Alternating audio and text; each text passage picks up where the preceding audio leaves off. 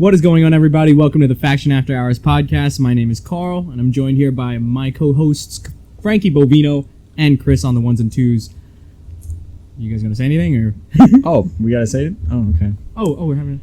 Today's episode is about Karl's trip to Drift Evergreen. Yeah. That is the name, right? Yeah, Evergreen. I feel like Drift, I want to say Evergreen. Evergreen Drift, but I guess it's Drift Evergreen. I'm actually not too.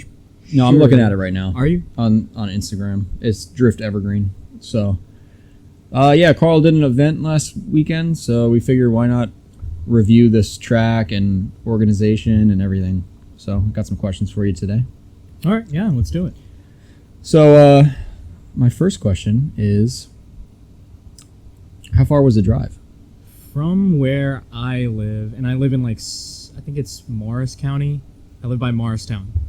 And it was around 2 hours straight down 80, but it was like really hilly, so it was like literally deep in the mountains. And you were trailering your car. Yeah, I was trailing the car. How did that feel with your truck going up those hills?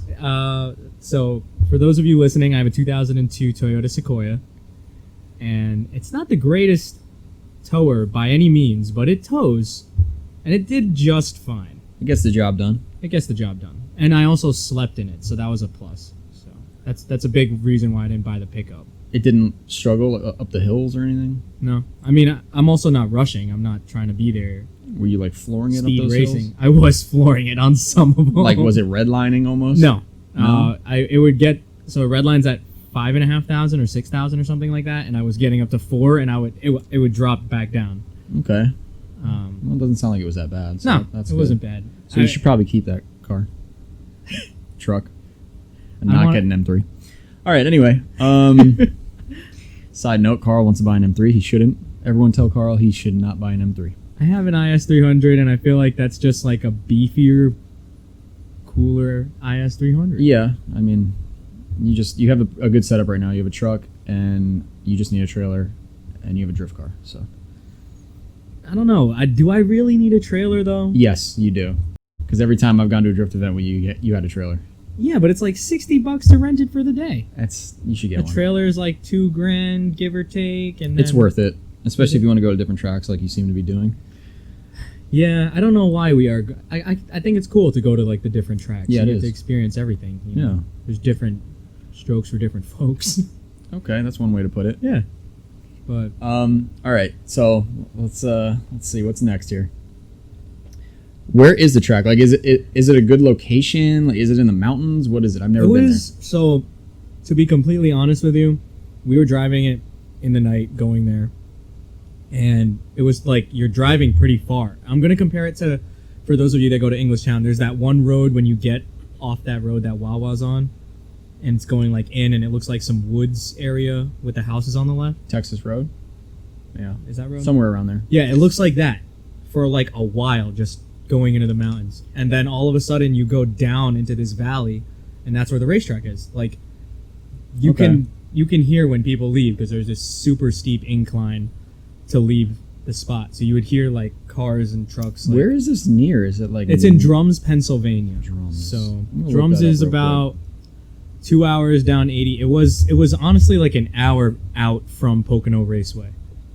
Oh, an hour. What? Pocono Raceway is An north? hour west Oh, okay. of Pocono Raceway. So it's you're just pretty staying far. on 80. Yeah, it was moderately far. I mean, like, you're towing it, you're comfortable, you got good music going, you know.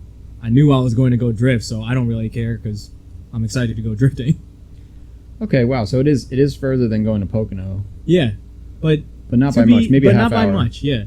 And to be honest with you, like, it was really good. There was tons of parking for everybody. The parking situation was kind of odd. Like, there wasn't enough room for everyone inside the gates, so people were camping like in something called the yard. It was like a big parking lot outside of the track, but it wasn't far by any means of a walk.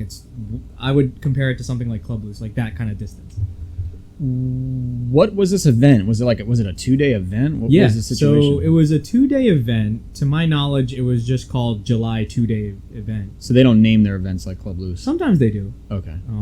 They do actually. They do a lot of driving over there. They did so many things that I feel like I've never seen at a U.S. drift event, at least that I've gone to. Probably because I don't get around often, but they had like a mini comp in the middle of the day. They were running the track hot completely all day with all the groups in one, so people were just going the whole time. Could you have entered the competition? Anybody. Oh, anyone can enter. Actually, I think anybody. It was a $30 buy-in, but obviously, and then they pay it out. I think so. Yeah. Oh, wow. That's pretty cool. Yeah, I thought that was Kinda kind of like neat. Yeah, it was super grassroots and like homey feeling. I'm like, these guys are just a bunch of friends who are like, yeah, let's have ourselves a weekend. But How many drivers were there, you think?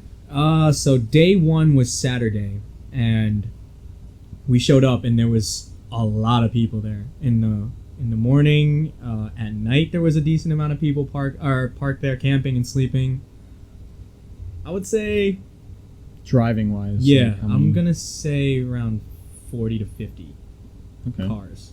I think that's a lot. I really don't know. 40 cars? I never keep track of. I would say 40 cars. And the cool thing is they have 2 tracks. That's another thing. Oh, they did? Yeah, so there's something over there called the L track. Oh, I heard of it. Behind the oval, which is more of like a street style type of course, in my opinion. That's what I thought of it when I saw it. I think I'm looking at it on Instagram. It's in the back. Yeah, they call it L track. It's literally an L. Okay, yeah, I see it. So you go down there, you come out of the chute, you make a left, manji that, and then shoot into the little end, like a lollipop, go around the pole, and come back. Oh, okay. I said if I did it, honestly, my car is not really equipped to do this kind of thing, but I would literally just not manji that and go as fast as I humanly can. Yeah. Towards that turn. Okay. Honestly, so that's more like a skid pad or something. Yeah, there was a lot of people on it. I think it's a nicer place for people to learn because you're not too concerned about like the drop offs. The drop offs were kind of tall. Okay. In the oval, so like if you dip a wheel, like I think I hit the frame once, like I board slided it and then popped back out, thankfully. But yeah, that was gonna be my next question. What was the track like? Because I know it's an oval. Most people talk shit about it. It's an oval. They don't want to go. But it's not. I mean, it's not an oval. Yeah. There's an infield, so yeah. So you're only using a little bit of the oval, right? I mean, you're not using either of the straights, really. Yeah. You're just doing the first turn if you want, and then you're entering the infield, and then they turned one of the straights into a turn, and then another left turn, and back onto the other side of the oval. So I don't know. I mean, it seems like it would be fun. It was, you know what it was? It was definitely a power equalizer. You're not going fast, like super duper fast. Yeah, it's pretty slow. It looks like it's slow, which is kind of cool, but I could see how it would kind of make a lot of people who are just starting out drifting struggle. But I saw single cam KAs out there, or was it a Because I was going to say, I'm surprised. I feel like this would be a good beginner course. Am I wrong? I loved it personally. That turn one is like a banked surface. Yeah, or banked angle. Oh, it is banked. Yeah, turn one seems a little intimidating. It was fun once I got the hang of it, and I'm no like expert drifter or anything, but I learned a lot. Like that turn made me feel confident about going fast into an entry. I was just literally banging second. Going to the top of second and just launching it into turn one. So you never left second gear, obviously, right? I tried to get in third once, and it took, by the time, like... I mean, it doesn't look like there was it's not that long. Yeah. So, like, I mean, maybe if I started a little further back, I did put the car in third on the exiting bank. Just to kind of... I wanted the ass end to tap the wall so bad, but the GE just didn't have enough in it. Yeah. Before I forget, how much did it cost?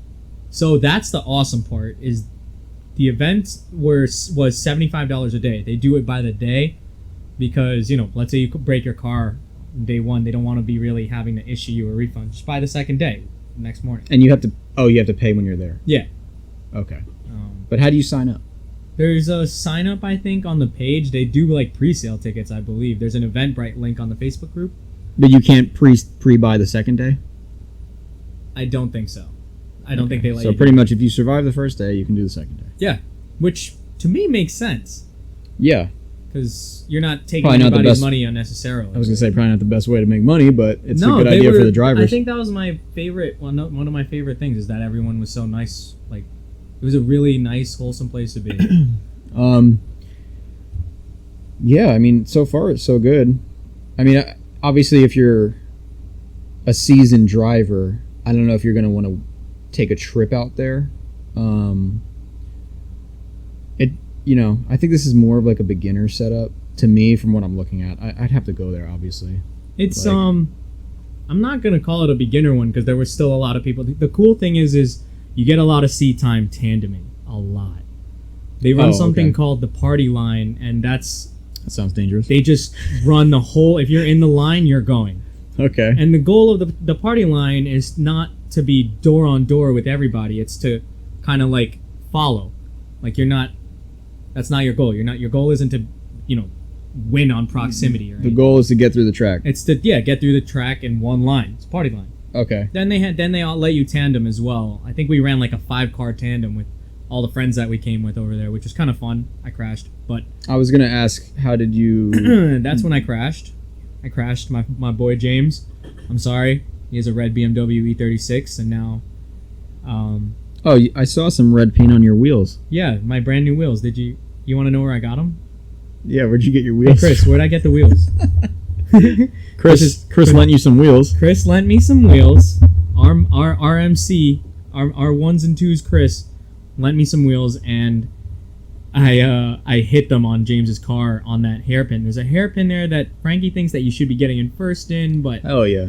it's a really small hairpin. Honestly, it's fun to do a just fat handbrake angle in there and just use that to scrub speed and take off. It's pretty fun. But James happened to slow down a little bit. I thought he was going to go a little faster, and I booped him with my front right wheel, and that was that. And That was that. It messed up my alignment a little bit, but thankfully enough, there was like a outline of where the eccentric bolt was before, and Oh, I okay. kind of just like half-assed spun it to that point, Yeah. and it made the wheel completely straight. Went back out, car track straight, felt great, handled awesome, and went back. So Chris, how do you feel about your wheels? tell him about the wheels. They were freshly powder coated What color? by Clientele Coatings. Yeah. White. You tell them what wheels they were? They were white. No, what? What wheels they were? Oh, they were 5-Ziggin FN01s, and they're not like a weak spec either. It was a 17x9. Like, it was a nice wheel. Yep. But thank you, Chris. I now bought a set of 5-Ziggin FN01s. See, that's what you do. You crash your friend's shit and you buy it off of them. Yeah, well, I'm not gonna be like, hey man, sorry, and give them back. I would have honestly paid to get them fixed if you wanted to keep them, but if I could buy them, that'd be awesome. It worked out. Yeah, but I crashed a little bit, but we ran a 5-car tandem, and it was fun. We ran a 3 one after that. And, Did you feel like all the drivers you did that tandem with were ready for that tandem? 2 of that, I feel like I was the weakest link in that tandem, to be honest. Okay. I've rarely tandemed with anybody. If not, that was my first time tandeming. Aside from like doing night drift or rain drifting or whatever with your friends, but Because that's going to lead me to my next question, which was, how was it run? How was the event run? Was there any organization at all between the drivers? Was it safe? yeah. So they split it up into 3 groups, starting with Group 1 being the lowest. Mhm. Group 1 is like a beginner one. I think 1 and 2 they said are just similar. 2 is just like you can use the other line. They go ascending order from beginner to thing, and then they run one of each down the course. Okay, The so, whole grid so is- everyone's driving at the same time. Everyone's driving at the same time. The course is short enough where they have a rule: if you do 1 spin out, you're finishing the course. Okay. It's really short, but honestly, in my opinion, it kind of motivates you to be like, okay, I really don't want to spin out on turn 1 because I'm gonna go drive the rest of the course. That's what their mentality is that it takes so little time to do a run that if you're spinning out like 3 times and there's 20 people on grid and 20 people are doing spin And this outs- goes for everyone, not just like the beginner? yeah, group? everybody was following it. I thought that too. I was like, oh, okay, so I guess other people are gonna Like what would it be? What would the lowest one be? One? And then So group one, if they spun one time, they'd have to just keep driving through and... yeah. Okay.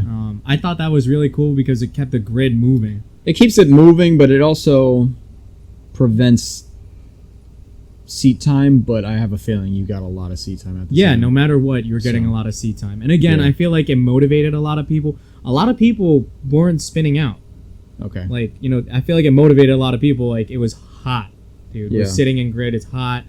It motivated definitely a lot of people to go, okay, I'm going to make these runs worth it. And we got a lot of runs, dude. A lot. Yeah. Especially if you were tandeming. You can just be shooting off in groups of however many you want. Okay. So that's good. You got a lot of seat time. Yeah, for It seems sure. like everyone got a lot of seat time. Everyone did. Doesn't matter if you were group 3 or group 1. Yeah. Okay. And do you know the differences between group 1 and 2? I think it was kind of blurry, to be honest. I wasn't sure. There's I not think, strict rules between the two groups. Not really. I just know that the only one that for 3 that makes you allowed to be in party line. Okay. They don't really want like somebody who's obviously like you link the track one time. They're not going to be like, yeah, get in party line. It becomes more of a hazard. How did they?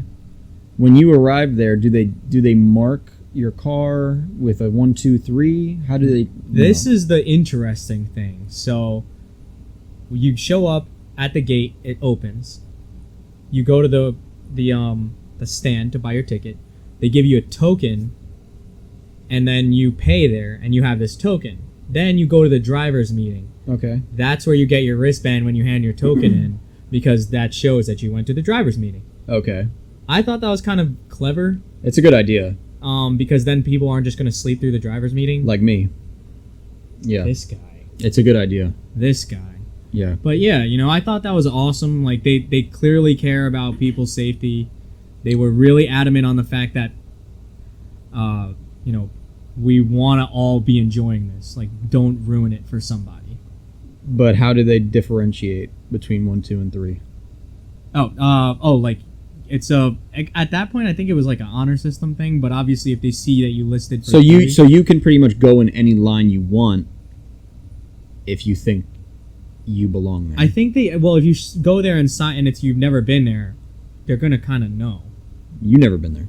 I've never been there. I was in group 1. You were in group 1. I was in group 1, and then I Jumped. kind of like asked the guy. I made some progression throughout my 2 days there, and I was like, on day 2, I was like, hey, do you mind if we hop into a tandem? And I was like, yeah, Okay. go for it. I had that. I didn't just instantly hop in. I wanted to learn the course. So it's pretty much the honor system. Yeah, They're not checking people. Okay. yeah. It's kind of like they're really they're banking on you being a responsible person. Yeah. You got to understand, most of my experience comes from Club Loose, which is probably one of the more stricter environments out of all of them. So yeah, I get that. The only other experience I have is US Air and Ready Set Drift. That's at and Poconos, though. Some other tracks around the country, but only once or twice. Yes, but I don't remember how they ran them. I know. Me personally, I like the way Club Loose runs the groups.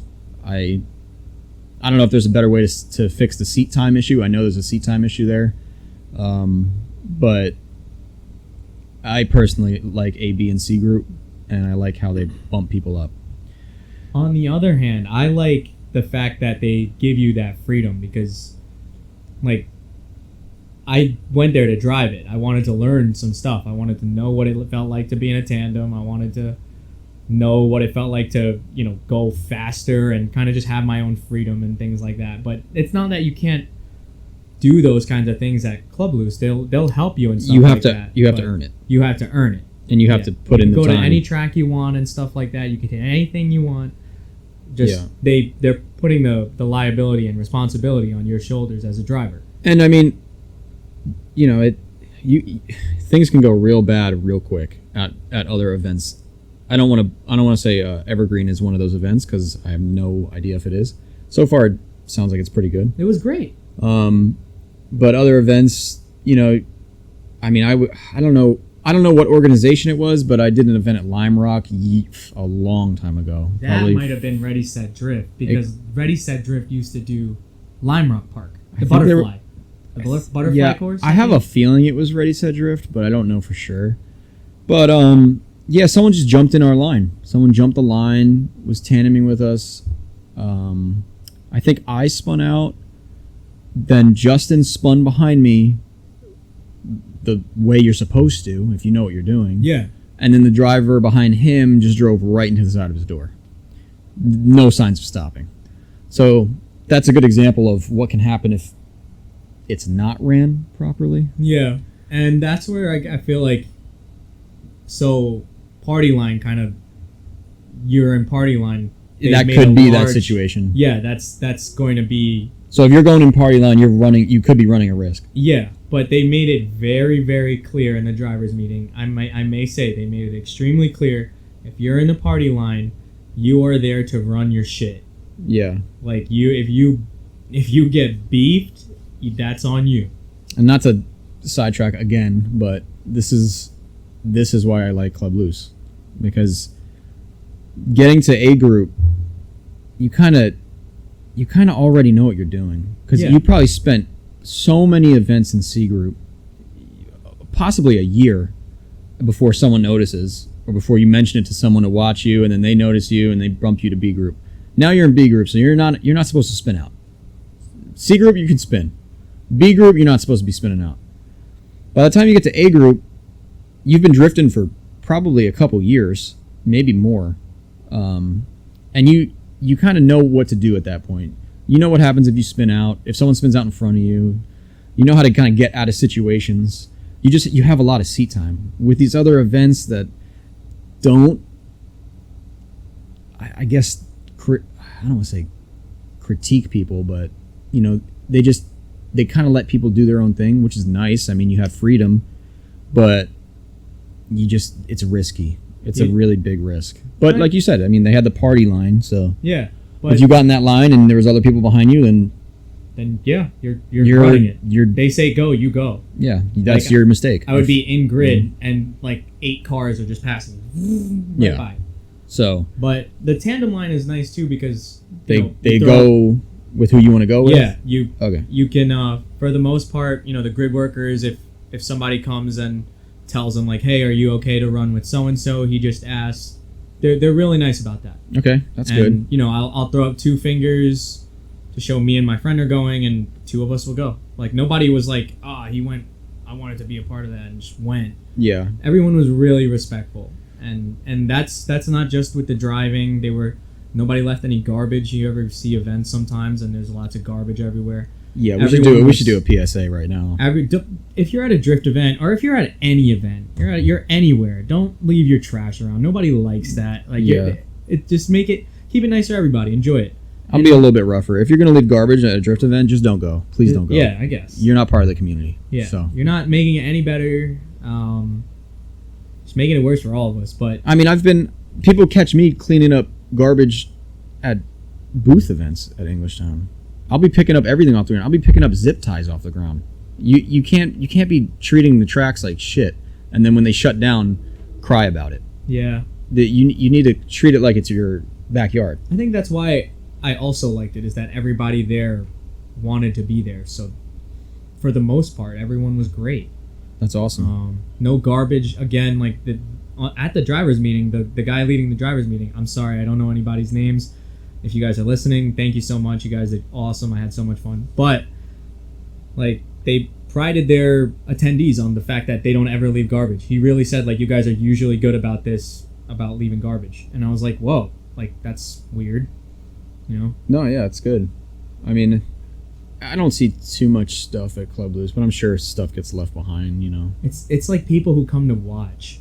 Yeah. They it's not always the driver. Sometimes it's like the people who are coming there to watch and are just leaving. Yeah, which we can't control the spectators. Yeah, I mean, they're probably not even going to listen to this. So, but the drivers are going to listen to this. So, yeah, clean up your mess at any track. It doesn't matter where you are. And the tires. Nobody left tires. Yeah, I was going to bring up the tires. Nobody left tires or anything. There was a tire machine.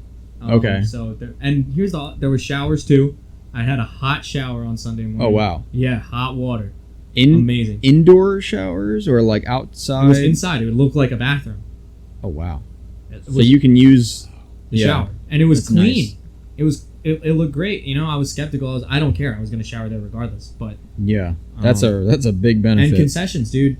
Chicken tenders, oh, there was $5. food too, $5. They were delicious, and everyone they was so weren't sweet. $12. Wow, $5. that's good. It was the most, honestly, like if you're a beginner and you just want to go, there was a E39, I think, yeah, E39 BMW. It's a 540, big body car. There's 4 people in there. It's bone stock. They're not spitting out or anything, and they're not harming anybody in any way, shape, or form. Everybody had helmets on. Everyone had seatbelts on, and they were sending that thing, man. Like, that's an example. It's like $75. What are you going to lose? Like, Yeah. a ticket for drifting in a parking lot costs more expensive. Yeah, I mean the price is pretty hard to beat. Yeah, for I mean sure. that's like the cost of a Friday night drift party these days, maybe. Are they still having those? Do they still have I those? think they do have them. There's a couple during the year, I'm pretty sure. But yeah, I believe it was less than $100 last time I checked. That's the awesome part. So $150 I paid for 2 days of drifting. Ate some good food. We were grilling and stuff. I had an air mattress in the back of my truck, and Yeah, so you were just camping there. yeah, and you know, had my stuff. I brought 8 tires. Here's another awesome thing about the track. Okay, Mm-hmm. I went through maybe, I'm not gonna even say a full set. 2 pairs. I didn't pop a single tire. The surface on the oval is so smooth. It's an oval, so like I feel like it's not gonna be bumpy. But I'm talking like my tires weren't chunking up and falling off. And How many delaminating. laps do you think you got? Total over the Yeah. weekend? Yeah, Probably at least 50. that's pretty good. At least. There were times where some people wouldn't be on grid, and you just pull up to the grid, maybe wait like a minute, 2 minutes, run like five of those runs or so, and then come back in the pit, make sure everything's okay, and go back out. Did they have a cleanup crew or anything? Like, did people spill oil? Yeah. There were people like maintaining the grounds and stuff, and when people spin out, there was a truck, that Okay. would come out and grab them, and Yeah, they were what was- really quick about it. I was gonna say, yeah, really quick about it. Okay. Because So again, if- it's if you not go a to- big track. If you go to this track, you're gonna get a lot of seat time. Yeah, for sure. I guess a con, you're good, but you're gonna experience this anywhere. Is that where the cars are and the paddocks are? Majority of it is in grass and like dirt, kind of like most grounds. I feel like, Well, like parking lots. Yeah, Um, yeah. I mean, Englishtown is pretty much the same. yeah, there. it's also a dirt lot. Yeah. But I don't want to just compare it to Englishtown. You know. I don't have too many others to compare it to. I mean, Yeah. US Air is a parking lot. Yeah, that's kind of nice. But Lime Rock, I think, is a parking lot. Was Not it? Lime Rock. Lime Rock was dirt. Pocono Raceway is a parking lot. Actually, Lime Rock was both. It was dirt. There and is a parking lot. portion of it that's thing, Yeah. but those were Turn two. occupied by people. The downhill. What? Always mud on the second turn at Lime Rock. I don't even remember. I don't really know. I literally don't. I remember barely. Lime Rock. I don't think I ever went there. But no, yeah, that's the. I guess that's one Thompson con. Speedway has a parking lot too. I don't think they pit in the grass. No. So there are tracks that Poconos in a parking lot. Yeah, it's a So- con, but it's not. It's a con, but usually you can move your car onto the pavement if you got to jack it up or something. Yeah, I mean, So- like I was jacking my car up to change my tires. Like it's not mud. It's just Yeah. rocks. Gravel. Gravel is the word. But no, super fun. Was there anywhere to eat around there, or did you leave the track? I left at the all? track one time to go. You're gonna enjoy. You're gonna love the fact that I did strip this. club. No. No. Yes. I went to go get chicken tenders. I wanted chicken tenders so badly. You didn't want the $5 ones. You wanted it. It was later at the night. Like I had already showered. I had Okay. already been ready to go to sleep. trying to get that late night chicken tender meal. The late night chicken tendy gang, and I didn't want to open up the grill or anything, so we went to Sheets because we're in Pennsylvania. Sheets. We're in Pennsylvania. I fucking hate Sheets, for the record. Runners. Because every time I go to Sheets in Pennsylvania, it's just a bunch of tweakers and Creatures. creatures, tweakers, hell yeah brothers, and people this one asking was really nice. what year my Mustang is every time I go. What year Mustang is that, brother? Every time. Anyway, sorry. It was late, so it was 3:00. There wasn't really anybody in there. So we got chicken tenders and we came back. Other than that, I'm not gonna call it desolate, but it was pretty. It's silent. Okay, so it's It's far. you were in Silent Hill. Yeah. All right. I mean, that is in Pennsylvania somewhere. But All right, so it's not too. It's a quiet town. Yeah. All right. It's a very quiet town. Well, how did you personally do driving wise? Did you learn anything? I did feel like I learned more than anything. I had no confidence going in this. Like I was telling my friend Daryl who drove, he has a red SC300. I was like, dude, I don't know if I'm gonna really do that well. I haven't driven in a long time. This is a new car for me. It's not that new. You've driven it. I drove it at E-Town at our private day, but it also like wasn't aligned, and I didn't want to be disappointed. You know, after all that work I just put in, I didn't want to be disappointed. And if I was disappointed, I was just gonna get mad and start hucking this thing until it broke, which isn't gonna get me anywhere. So, you know, I kind of got it back into it towards the end of day one and started to enjoy it again because I was able to put the car where I wanted it and do the entry the way that I wanted it. And then day two, the fact that the car wasn't broken. Yeah. I mean, I feel like. I mean, I brought an extra axle and some oil. Bad luck, Karl. You know, it didn't. It didn't. It was happen this time. It was phenomenal. Yeah. There were some entries where I was coming in there top of second and literally it was banging limiter. And I clutch kicked it at the top. And you got 50 to 60 laps, so that's Yeah. a lot of abuse. A lot of abuse. And like, I don't know. I just learned. I feel like I got the bug again. Like Tell the people what car you have, just in case we never did that. Yeah, I have a 2002 IS300. It's a NA 2JZ GE. It has a CDO1 transmission, which is a 6-speed out of an early model 350Z. Your favorite trans? It was the worst thing ever. Well, I did not. That's a story for another day. That's a story for another day. And maybe one day we'll do like a machine check or something on a couple people. I think we're gonna do. I think I have written down. We're gonna review certain platforms and give tips on them. Well, like a hot version thing? No, like kind of cool. Like we'll review platforms and then like on the podcast, like what you should do if you get a 240. Or what you should do if you get an IS, like what should you buy? Like you just if you ask that person who has owned that car and has been driving that car, they know exactly what to tell you. Like, so, and I think that's an awesome idea. What kind of suspension work do you have done on the IS? Yeah, I have BC coilovers. Honestly, I didn't really pick the suspension, but I have no complaints with them. Was that it? You don't have arms? No, I don't have any arms. So I stock angle, stock everything. Okay. So if I don't pretty know much exactly how we told everyone to set their cars up. Yeah. So if you listen to episode 1, me and Frankie talked about how you shouldn't really overmod your car. I'm not gonna toot my own horn here, but that is kind of what I did. I manual stopped the car, drove it around like that for a little bit, made sure everything was okay, then started drifting it a little bit and welded the diff. Little by little, I got to where I am now, which is not far. You have a stock seat? I have a bucket seat. You have a bucket seat? Yeah. So you have a bucket seat, coilovers, and a welded diff. That's and a manual trans. And a manual trans. That is. And you did like 60 laps the whole weekend. Nothing broke. Yeah. And the thing that I like to harp on is the way that I drive is I like the smoothness. I don't really like. I'm not really a super duper aggressive driver unless I'm really trying to be. Like if I'm in a train with a couple people and I need to get somewhere. But I do like to just like have it as smooth as possible. So if any of you follow me on Instagram or know what BM Speedstars is, I have another group called BM Speedstars, and I posted a couple videos there. And if you watch, the wheel work is I'm trying to be as smooth as I can because I feel like that's how you get consistent. I saw your hands in one of them. It was quick. Those quick hands. Were they? You did some. I think it was this event. You were coming around one of the last turns, and you're like, and I was like, damn, this guy's quick. Chill. Thank you. Lightning hands. The queen. Ka-chow. Yeah, but, no, I mean, we never drifted together. Right? We haven't. Yeah, one day when my car runs. But I was really just trying to be consistent, because like anybody could throw a car through a track like once, but if you could do it consistently, I feel like that's a sign of a really good driver. Yeah. So I was just trying to be as consistent. I spun out. Sounds like you had a really good time. I had a blast, dude. Honestly, and to the people that I met this weekend, you guys are awesome.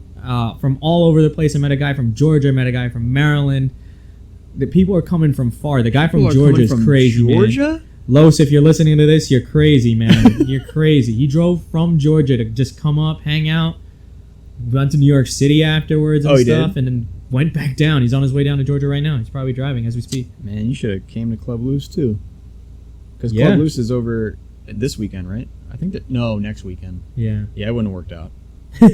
He's got to hit like 3 events. That would be worth it. Everybody was awesome, man. It was just it was not to be cheesy, but it was just a good vibe all around, which is honestly one of my favorite things about the sport. I hate drama.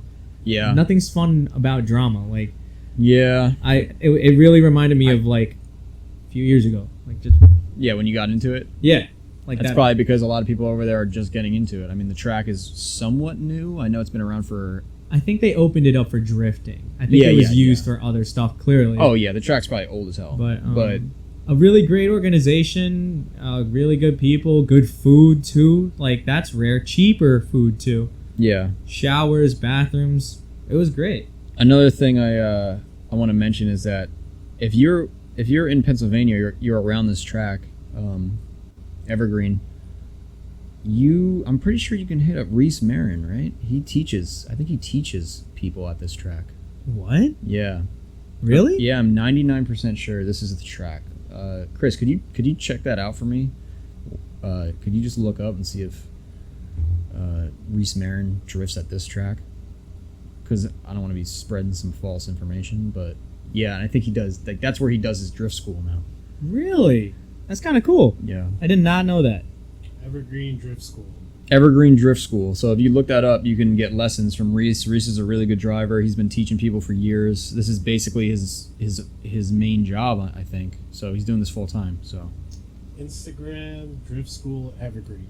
Drift School Evergreen is the Instagram. So yeah, give him a shout if you want one-on-one lessons. If not, then just go to these events. I would hit up this event. Everybody, I had a question. I forgot who I asked, but I was like, how fast are people entering this? And where are they entering it? Yeah, that's my question. Where the hell are they entering? So, like, honestly, I didn't figure out really where to enter until I got in the tandem line, and tandem with my one friend Daryl, and Cole. They were leading me. I was on third. How did Daryl do? Daryl's great. He has an NA2JZ GE SC300 non-VVTi, and we rode in each other's cars. I was gonna let him drive the IS flat out, but we just didn't really have the time. We were just kind of focused. Okay. But he did great. You want to talk about laps? Me and Daryl did like 6 runs in 6 minutes because no one was on grid. Yeah. We were just hitting it party line. That's awesome. Back to back to back. I was like, dude, this is insane. I had to get out. Did you get there Friday night or Saturday morning? I got there Friday night, kind of late. They let you sleep there? Yeah, we slept in the yard, that lawn I was talking about earlier. And then when the gates opened, we just walked up to the gate. And you left Sunday night? And I left Sunday evening, yeah. How long were the track hours per day? Okay, this is the awesome part, too. This is the reason probably why I got a lot of seat time. The driver's meeting ended at, I think, like, on day 1, 11:45 or noon. Like, so it was late. Gates opened at 10. Or, 9 or 10? Later than Clubhouse, for sure. Yeah. But they run it until 10 p.m. Wow. Okay. Yeah.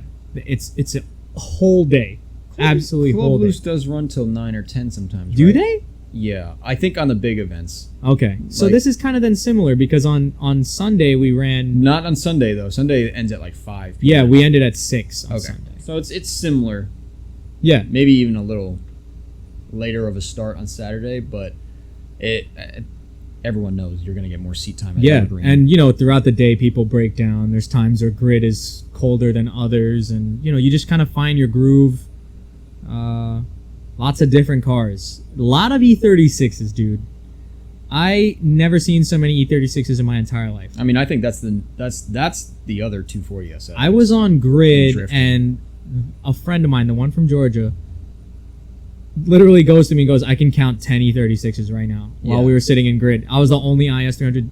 Couple S13s and 14s showed up on Sunday. There weren't that many of them? Which I thought was funny because I was like, damn, what were they doing on Saturday? Like, they were all hiding. But a a lot of driver type cars, like, you know, people who street drive it. Okay. A lot of them are registered, and you know, Yeah. Well, I mean, you gave us a pretty good rundown. The people were awesome. It seems like. yeah, You know, you didn't. There weren't any bad vibes or anything. no, not really. So. That's the best part about the sport is that, you know, you have a good time, you run the stuff that you built. As long as you're willing to talk to people and not be a weirdo that's just sitting there quietly, you'll find out there's a lot of nice people in this sport. Yeah, there was actually, I think one of my coolest moments that I had was, or well, one of my proudest moments, not coolest, but there was a kid he told me he just bought an IS300. Yeah. He was 17, and he's like sitting nervously in the pits and like, you know, wanted to look at the car, and I was like, yeah, man, go ahead. You know, I don't want. When I was a kid, the hardest thing for me was feeling intimidated by the fact that you're bothering this driver, right? Like, yeah. So I think on day 2 he was still there. Him and his buddy like slept in their car, and they drove from, I forgot, God knows where. But on day 2, I said, hey man, if you find a helmet, just hop in the car. And he ran to somewhere, got a helmet. Was he a spectator or he had? He was a spectator. Oh, okay. He wanted to drift his IS300, and that's why he was so enamored by it that I was telling him, like, you don't need a lot. Telling him the method. Because that was us. You know? What if he's gonna be us? Type of deal. Yeah. And so he rode in the car, and Oh, so you gave him a ride along? yeah, I gave him a ride along. I think that's another cool thing is like You can do ride alongs. you can do ride alongs. Yeah. But That's a New Jersey problem. yeah. It's not really a Club Loose thing. But he enjoyed himself. You know, who knows? Maybe he's gonna be drifting soon too. So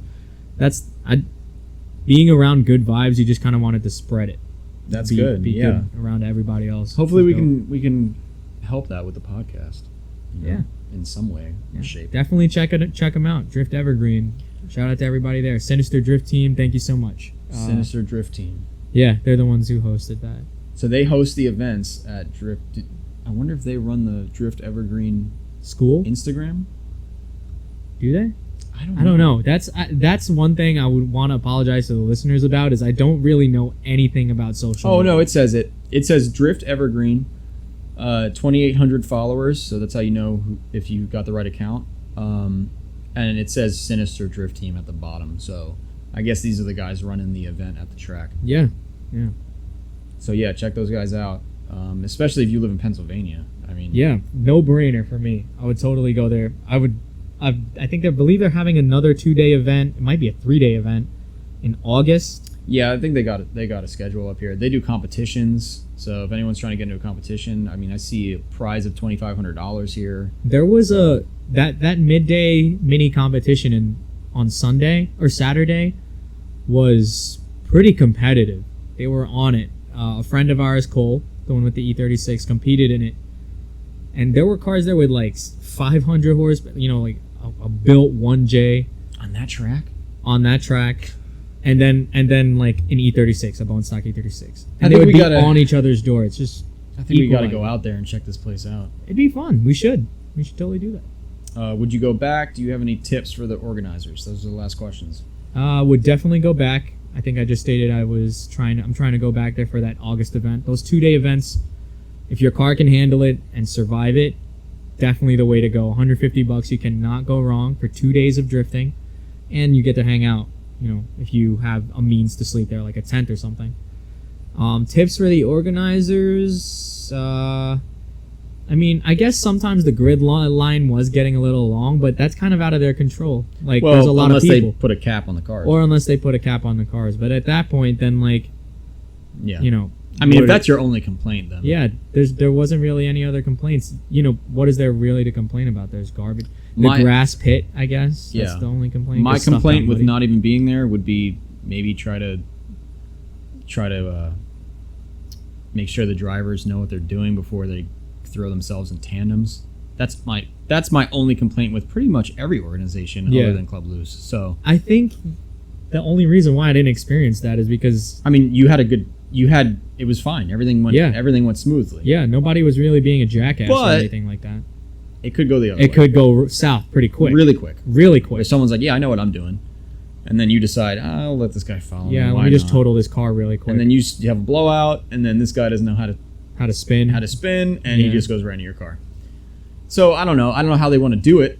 if they're even going to take this advice, but maybe somehow try to figure out who knows what. Maybe I know Club Loose tried stickers one year. You know, they tried different things. They definitely. Well, like again, But no one wants to put stickers on our cars. yeah, So, that please don't do is, that. I guess, but like to get in Group 3, I think he said in the drivers' meeting, like we have to be seeing that you're consistent. They're not Okay, just gonna so let that's you. good. Yeah, they're not just gonna let you get. So they in don't let you tandem unless. unless they see clearly you're being consistent. They're not gonna let some guy who just keeps spinning out get in a tandem. Line, Okay, you know? so they probably are, It's hard to miss. already doing what yeah, I'm saying. There, so. it wasn't congested to the point where they would let that slide. There was a lot of people, but Huh. Well, remember how I said I asked some questions through Instagram? what? My Instagram is filming the video right now. Wait, let me see if I can get it on my computer. Because we asked some questions to our Instagram to see if we could answer. Yeah. While Frankie's navigating through there, I just want to say thank you to all our listeners so far. We really appreciate the support. Leave a rating on the Spotify. I just noticed that's what happens. You can rate the Spotify podcast. That's the only thing I know what to do. And then subscribe to the YouTube channel if you haven't already, and follow us on Instagram at Faction Motorsports. Yeah, I'm just trying to log into our Instagram to see these questions. To be honest with you, though, I know of 2 questions that were asked, and that was Okay. probably all of them that were asked. The first question was, where do you think the price of 240SXs are going to be in the next, within the next 10 years? That's a good one. Or 10 years? something along those lines. 10 years, huh? Maybe, let's say 5 years, just to cut it down. 5 years? I'm gonna say, you know how they always post them for like 10 grand, but no one's really buying them for 10 grand. They might be. Are they though. not? They might be. Well, I think that they're gonna be a solid in 5 years, 12 to 15 grand for a good one, a non-rotted example. Well, are we talking about? Oh, Chris is chiming in. Are we talking about a USDM 240? Or Yeah. It was a 240. Oh, okay. Yeah. Yeah, so your car doesn't count. This guy's got a Sylvia, just in case you didn't know. I'm getting into my account right now. Let's see. Watch me get blocked out of Instagram and can never use it again. 12 to 15K is my guess. You know what's cheap right now for some reason? JZXs. Maybe we should save this for another episode. What, pricing? Yeah, that'd be cool. They're Yeah. around 10 grand. 10 grand, you could buy an NA1, you know, Well, 10 to 15. and it runs. Yeah. It'd be a good daily. You know, people are spending. I saw. Don't look at me like that. Do not. I'm not homeless anymore. So. Come on, where is this? But Yeah, I can't see it. The other question was, when is Frankie's car going to be done? Did we just dude, talk nobody about asked that. You just want to talk about it. I told him he was banned from the shop. So, no, my motor's done. So, never. No, I don't know. I got to work on my car. So, I'm hoping the end of the year. That's my goal, but we'll see what happens. Well, I think you know, you don't ever rush anything, even if we tell you. So whatever. Yeah, I'm not. Obviously, I'm not. You're not going to rushing do this. anything we tell you. Yeah, I'm obviously not rushing this process. So. Yeah. So we got some ideas for the next podcasts, but if you guys have any suggestions, please. I mean, you could literally DM us suggestions. Yeah. Why And- not? Yeah, and we could write them down. I have a whole list going, so yeah, just DM us what you want to hear, or leave it in the comments if you're on YouTube. If you're on YouTube, please subscribe and hit the bell icon, because we're trying to, we're posting videos every week. We're posting Pretty frequently. Yeah. Right now we're posting 2 videos a week, and we're doing a podcast every week. We're gonna try to move it to 2 podcasts a week, but I don't know if that's gonna be possible. So Karl has to drive here every time, and he doesn't live close anymore. So We'll see soon. Yeah. We'll see what happens with that. But yeah, we've been doing this for like an hour and 10 minutes, so I guess that's it. Do you have any closing remarks? Yeah, anything else? Or anything else you want to talk about? Stop littering at places. Wrapping it up as a thesis. Stop littering. You don't need a lot to drift, once again. And Yeah. that's about it. we'll see you guys at the next event. I believe Clean Culture, you said, right? Oh yeah, that's what we should talk about. Clean Culture's coming up. Yeah, Clean Culture and Adam LZ are throwing an event at Englishtown this weekend. I believe it's Saturday. You guys should really check that event out. A lot of people drifting. There's a drift demo. Yeah, there's a drift demo.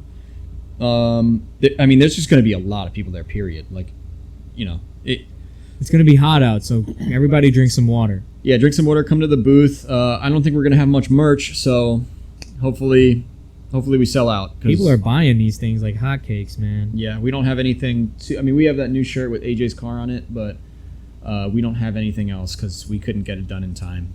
But missing some IS300 shirts over there. Yeah, maybe one day. We'll see. So yeah, come check it out. Say hi. Tell us you listen to the podcast. Maybe you'll get a free sticker. Who knows? Ooh. Incentives. All right.